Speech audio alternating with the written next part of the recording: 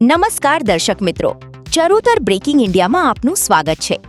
ગુજરાત પ્રદેશ કોંગ્રેસ સમિતિના પ્રમુખ અને આંકલાવના ધારાસભ્ય અમિત ચાવડાએ ઉમેદવારો અને કાર્યકરોનો આભાર વ્યક્ત કર્યો છે।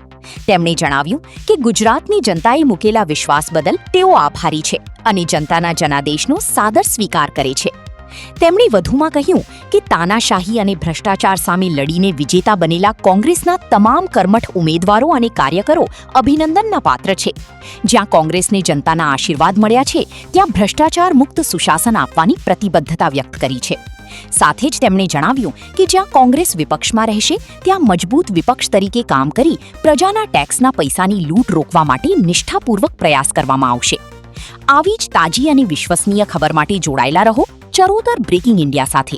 ગુજરાતમાં સ્થાનિક સ્વરાજની ચૂંટણીઓના આજે પરિણામો આવી રહ્યા છે અને જે પરિણામો આવે છે એ જનતાનો જનાદેશનો અમે સાદર સ્વીકાર કરીએ છીએ। પણ છેલ્લા ઘણા સમયથી જે ભારતીય જનતા પાર્ટીનું કુશાસન, ભ્રષ્ટાચાર ને એની સામે લોકોની જે નારાજગી હતી, જે આક્રોશ હતો, એ આજે મતમાં પરિવર્તિત થયેલો નહીં હોય એવું દેખાઈ રહ્યું છે।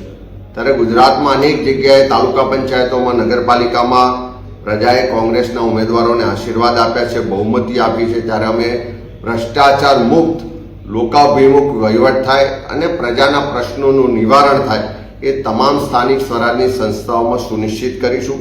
સાથે સાથે જ્યાં અમે વિપક્ષ તરીકે છીએ ત્યાં પણ પ્રજાના પ્રશ્નોને મજબૂતાઈથી ઉઠાવીશું। પ્રજાનો જે હક ને અધિકાર છે ક્યાંય પણ છીનવાતો છે, ક્યાંય પણ કોઈ પ્રજાના ટેક્સના પૈસાનું લૂંટ થતી હશે, વેડફાટ થતો હશે, તો એને રોકવાનું કામ કોંગ્રેસ પાર્ટીનો ચૂંટાયેલો પ્રતિનિધિ કાર્યકર ચોક્કસપણે કરશે। ગુજરાતમાં એક જવાબદાર વિપક્ષ તરીકે સમગ્ર ગુજરાતના લોકોનો અવાજ બનીશું ને કોંગ્રેસની વિચારધારાને મજબૂતાઈથી આગળ વધારી હજુ પણ લોકોની વચ્ચે જઈ લોકોનો વિશ્વાસ કેળવીશું।